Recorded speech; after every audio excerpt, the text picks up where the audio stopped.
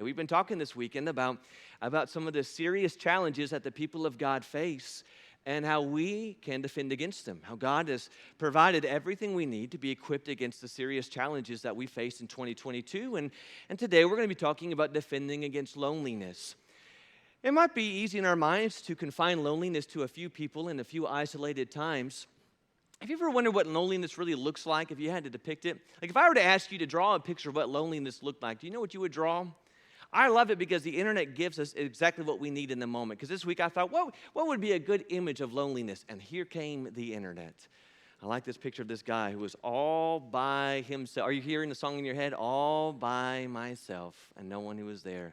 I've seen this one circulate a lot with SpongeBob eating all by himself, having dinner, and there's no one there by his side. What's fascinating is that this meme has sparked all sorts of different pictures of the strangest eating places that exist. I'm going to show it to you. There's almost some eating places that exist to highlight the fact that you're by yourself.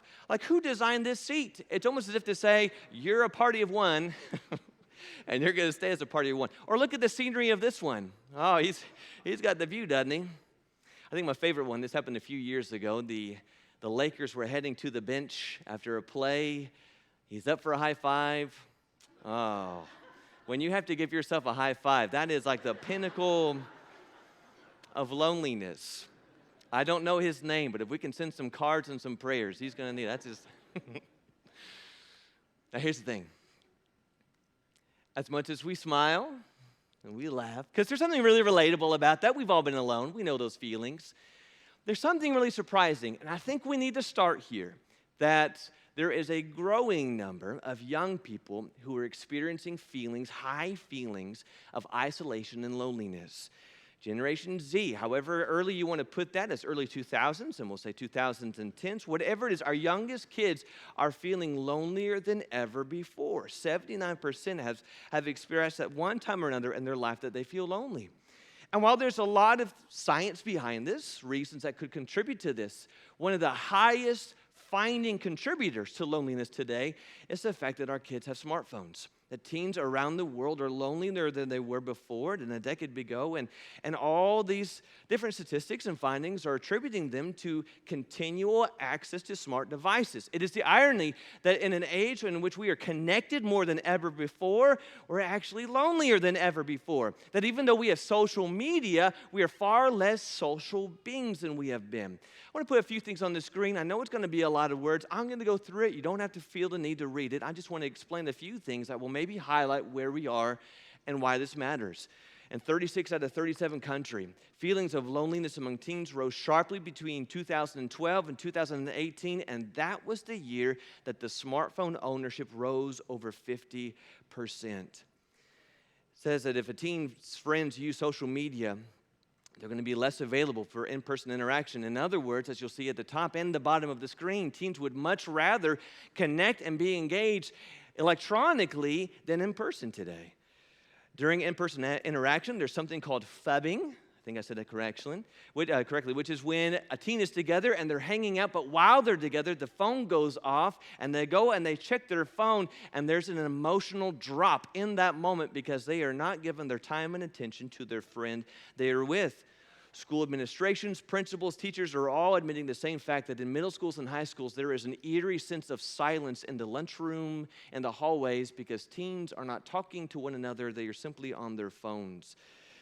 In fact, in 1970, some of you were around back then, 1970s, 52% of 12th graders got with their friends almost every day, but that's only about 28% in 2017.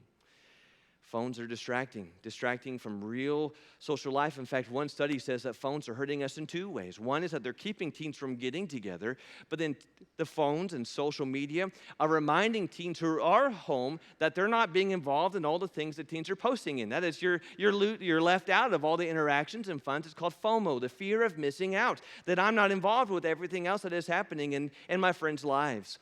And in fact, as you see at the bottom of the screen, we need to catch our attention. There's a high percentage of millennials and Gen Zs that would just much rather spend time online and connect online than to be in person. And this has been around for a while now. 2012 is when that started spiking. Teens are feeling less social. They're feeling lonely. And then you add on top of all of that mountain on the screen a worldwide pandemic. and it just made things a lot worse.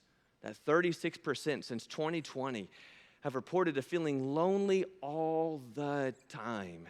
61% of ages 18 to 25 said they have high feelings of loneliness, and that's associated with anxiety and depression and discouragement. And many of these young people will report statements such as, I feel like no one really cares, genuinely cares about me, that no one was really listening.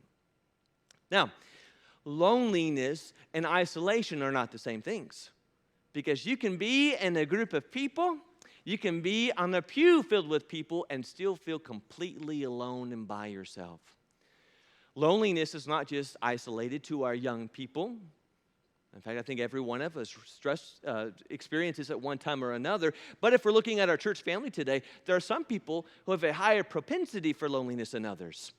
Our older members, especially our widows and widowers, and our single members are some who hit the high part of that list. They just really feel like no one is really paying attention to me. No one listens to me. No one knows that I'm here. No one knows what it is that I'm going through. And so in 1 Kings chapter 19, what I like about this passage is that we see a prophet of God who knew exactly what this was like. In 1 Kings chapter 18, the prophet Elijah was standing on Mount Carmel. He was bold, he was brave, he was courageous, and he stood against the prophets of Baal and proved once for all for the people of God that there's only one God, and that's Jehovah God. That's a moment of triumph. But then 1 Kings 19 begins in verse 1 when it says that Ahab told Jezebel all that Elijah had done, and how he killed all the prophets with the sword. Then Jezebel sent a message to Elijah saying, so may the gods do to me, and even more, if I do not make your life as one of the life of them by tomorrow about this time. And he was afraid.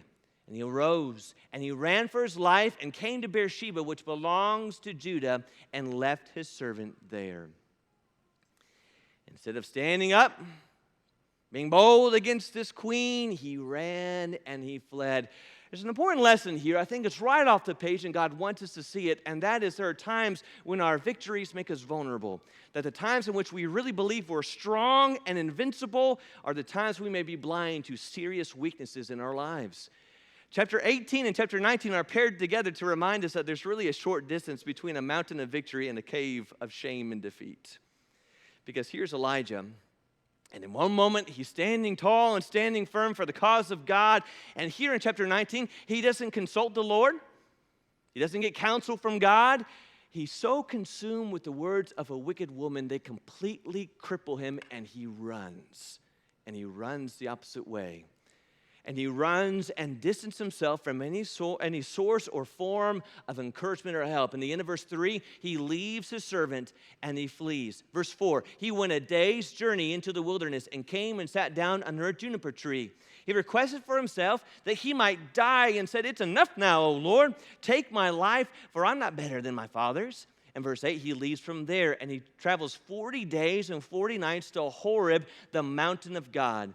He came there in verse 9 to a cave, and he lodged there. And behold, the word of the Lord came to him, and he said to him, what are you doing here, Elijah? Elijah says in verse 10, I have been very zealous for the Lord, the God of hosts. For the sons of Israel have forsaken your covenant, torn down your altars, and killed your prophets with the sword, and I alone am left. They seek my life to take it away. Well, the Lord comes to Elijah while he's on the mountain. The Lord says, I want you to stand on the mountain and I will come to you. And a lot of things come by. There's a great wind, there's an earthquake, there's a fire, and God's not in any of those. But this gentle breeze comes and the Lord speaks to Elijah. And he asks the same question in verse 13. When Elijah heard this gentle blowing, he wrapped his face in the mantle and he went out and stood in the entrance of the cave. And behold, a voice came to him and said, what are you doing here, Elijah? And he said, I've been very zealous for the Lord, the God of hosts. For the sons of Israel have forsaken your covenant, torn down your altars, and killed your prophets with the sword, and I alone am left. And they seek my life to take it away. Here's Elijah, completely distanced himself from any source of help or encouragement or support. Isn't it a strange irony that in the times that we need encouragement and fellowship and support the most are the times that we most feel like being by ourselves and being isolated and withdrawing? Here's Elijah, and he believes two times. Two times he says it, one in verse 10 and one in verse 14. I am alone. There's no one else. No one else but me. No one else standing up faithful for the Lord but me. Have you felt that before? I am the only one. I am all alone at school, and there is no one who cares about God, no one who is faithful to Jesus, no one who reads their Bible, no one who has right, upstanding, godly morals. I'm the only one at work. I'm the only one at school. I'm the only one on the team. I'm the only one in the club. I'm the only one at church who's really interested in the spiritual things. It's defeating. It's deflating. It's weakening to feel like there's no one but you on the side of what is right. And I believe that's exactly what the enemy wants us to feel. That Satan would love for us to believe that there's no one who really cares for God, no matter where it is you are, and that you're all by yourself.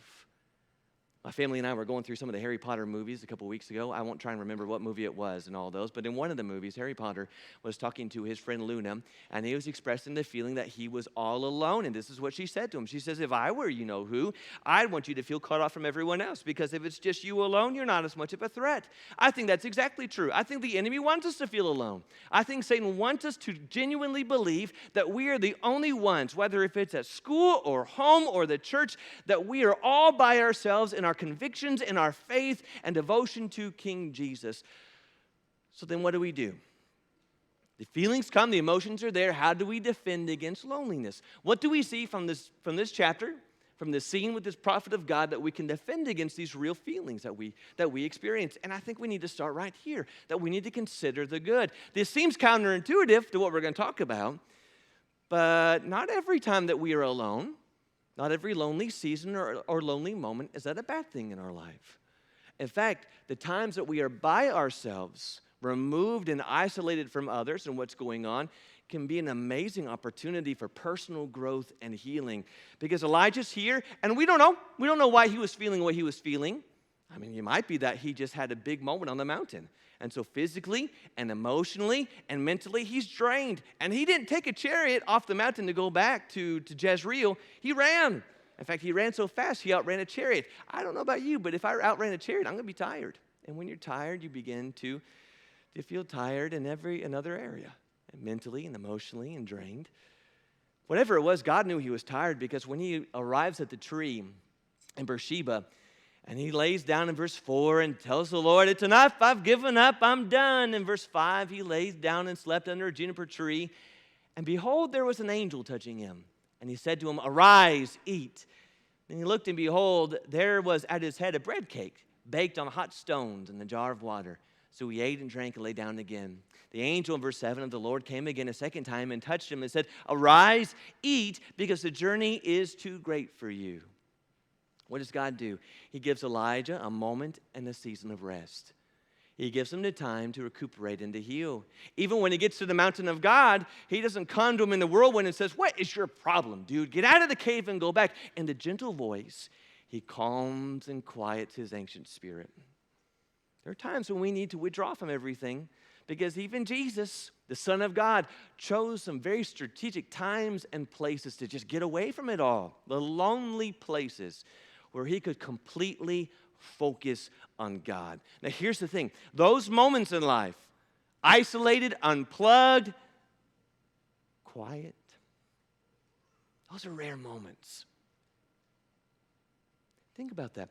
When was the last time when you sat completely quiet?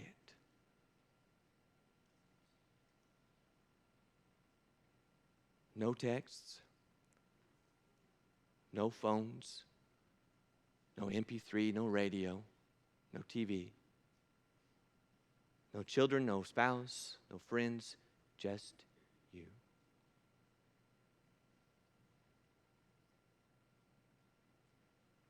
Sometimes that silence can be deafening, can't it? But those moments when it's just you, and just you by yourself, can be a moment when you have prayed like never before.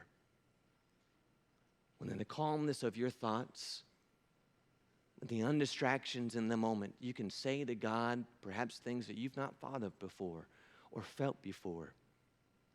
You can really think about your life and who you are and where you are, undistracted by the noise that's trying to get your attention. You can meditate on why you're here and where you're going. You can use it to be a moment to heal from perhaps anxieties or fears or frustrations with the world, to be unbothered, to be able to process the thoughts that are wrestling in your mind.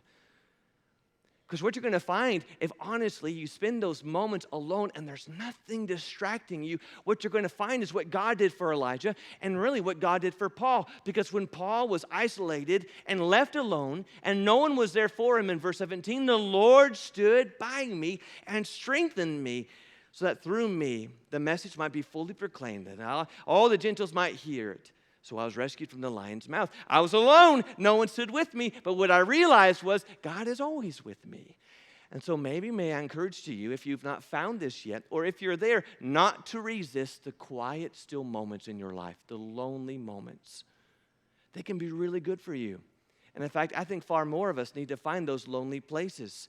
We need to leave our devices in a place we can't find them and to go away to the mountains, wherever that would be. I know there's no mountains in Dallas. Get the image with me. Go somewhere alone. Get to a quiet place and be still.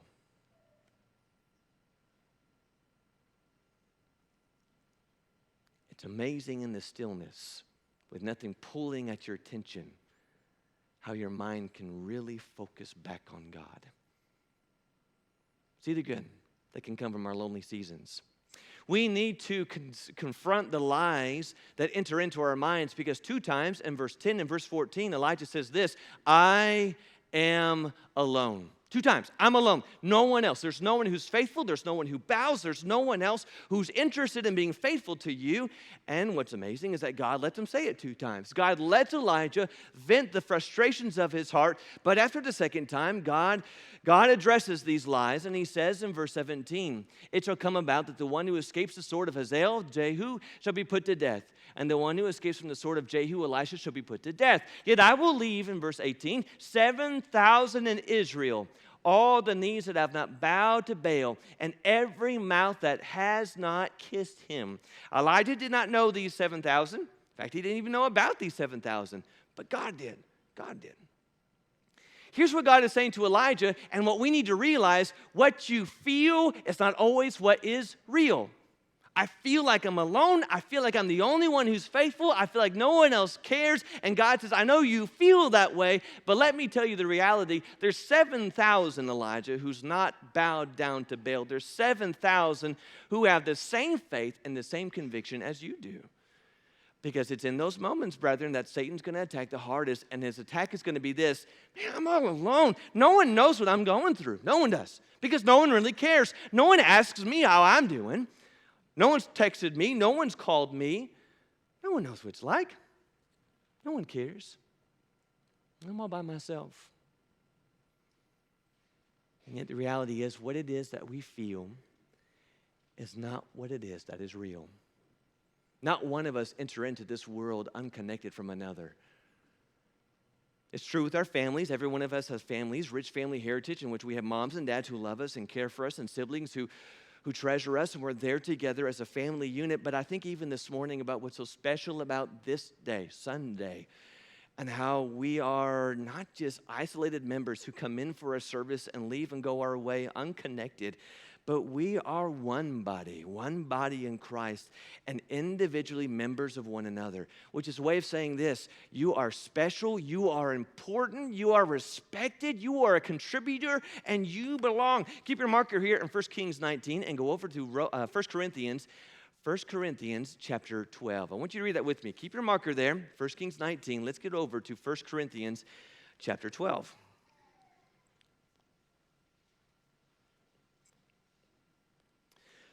1 Corinthians chapter 12, Paul is writing about the body, the church, the saved of God. And he says in 1 Corinthians chapter 12 and verse 18, he says, but now God has placed the members, each one of them, in the body, just as he desired. If they were all one member, where would the body be? But now there are many members, but one body. The eye cannot say to the hand, I have no need of you. Or again, the head to the feet, I have no need of you. On the contrary, it's much truer that the members of the body which seem to be weaker are necessary. And even those members of the body which we deem less honorable, on these we bestow more abundant honor. And on our less presentable members, we become much more presentable. Whereas our more presentable members have no need of it. But God has so composed the body, giving more abundant honor to that member which lacked, so that there be no division in the body, but that the members may have the same care for one another. And if one member suffers, all the members suffer with it. If one member is honored, all the members rejoice with it. Now you are Christ's body, and you are individually members of it. Do you hear what he's saying there? You're different. We're different. We're different. There's a lot of ways we define that and look at that and describe it. He talks about like a body, a physical body. There's eyes and ears and tongues and mouth and smiles, and that's what you notice. But I've not seen someone come up and say, you have a really nice gallbladder. I'm really impressed with that. I like that a lot. I love your toes. That's kind of creepy if someone says that. But they say, I like your smile. I like your hair. But you know, gallbladders are important. And toes. And fingers. And the way we talk about it might be something like this. I am more of a people person, or I'm not really a people person. We use words like, he's really extroverted, and I'm really introverted. He's a dog, and I'm a cat. He draws all the attention, and I just really couldn't care less. Pandemic, that was like my life. I was really good just being a hermit and living by myself. That describes us sometimes. In the service of God, it might sound like this. There's some people, and they do a lot of things that's really seen, public. They're up on the stage, or they're teaching a class, and we see how they are serving God. And then there's some we don't really see, but they're serving, and they're active, and they're important.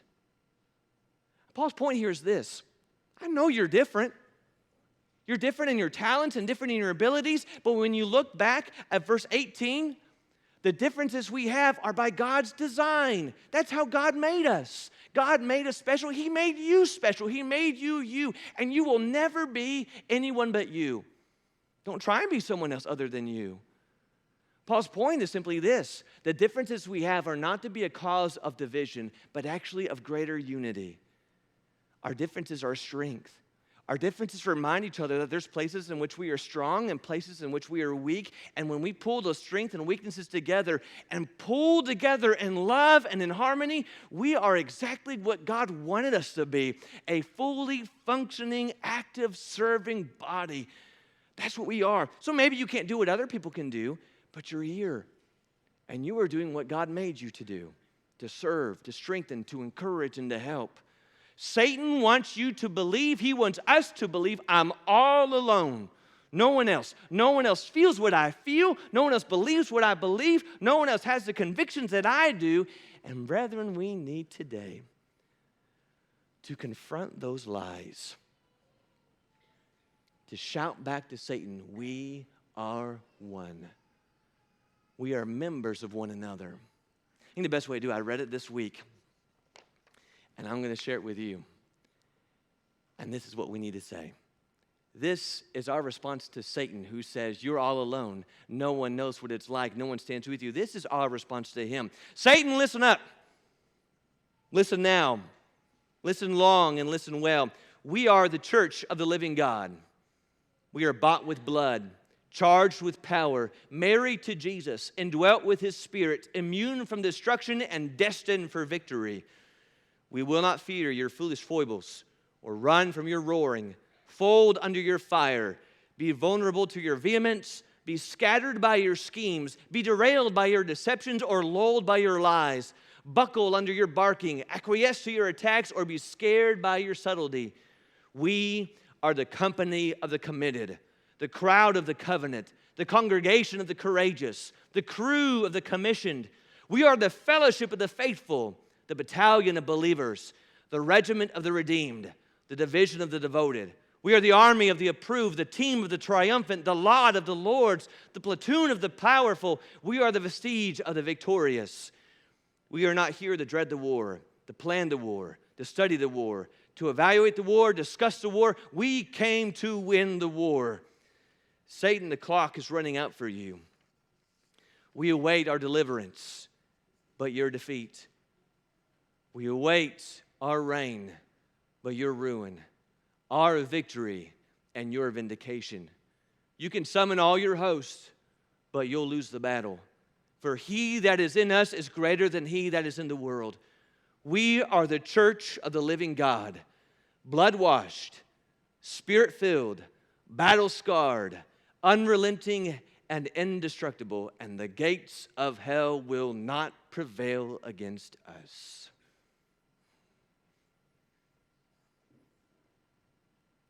We are not alone.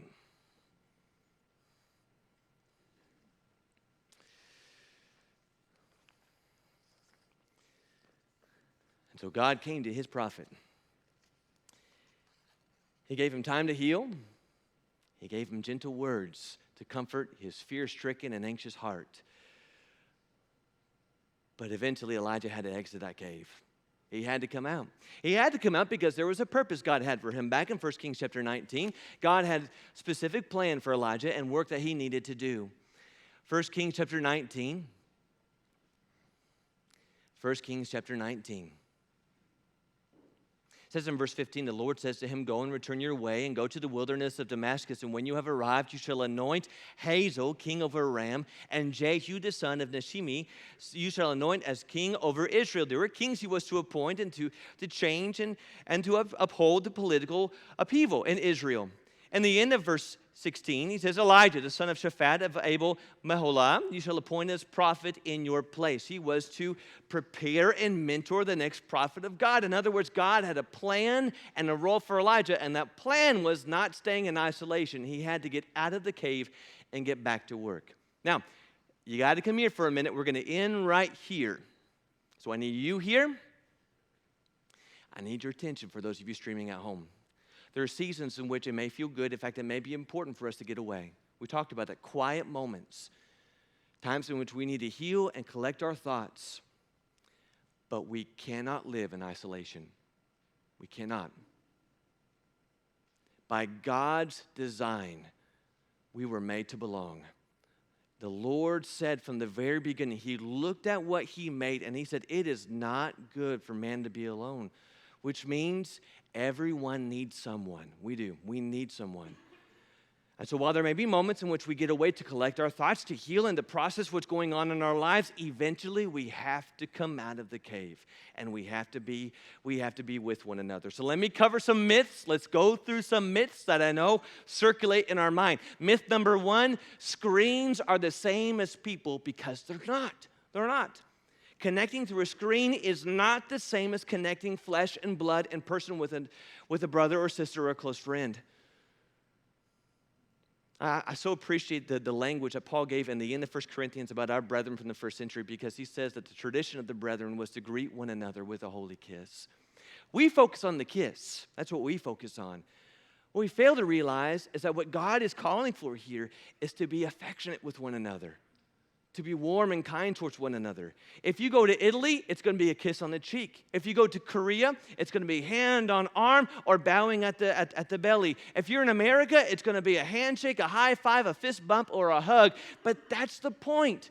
Screens can never substitute people. It can't. It may last for a moment, it may last for a time, but there is something real and something powerful about being together, flesh and blood, to feel, to look, and to listen. Because I have a lady in my office with me all the time. Her name is Alexa, and she always listens to me. And she always thinks I'm right. And she does whatever it is I ask. Sometimes second time I have to say it, but she does what I ask. And I can talk with Alexa, and she'll talk back with me. But it's just a plastic disc. Because when I'm really sad or down or scared, you know what I didn't need last night? I didn't think about Alexa. But I got a lot of texts from my family here, and that meant the most. A year ago Monday, my grandfather passed away. So he has been on the other side of eternity for a year now. In my office, I keep this picture, the 4 generations, my grandfather, my father, me, and Benjamin. And I keep the letter he wrote to me when I decided to preach. And one of the first letters he wrote to me about that and about that journey. And so I have the picture, and I have this letter. And I don't know if it's real or not, but I can still, and if you've lost a loved one, you'll understand. I can smell the letter and smell him. And I know he was sent. And so I can look at this and smell him and hear his voice, but I'll tell you, this is not the same of having him here in person.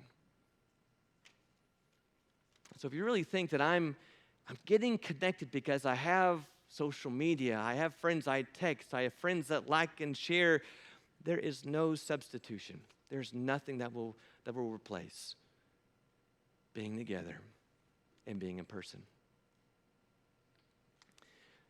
Myth number 2.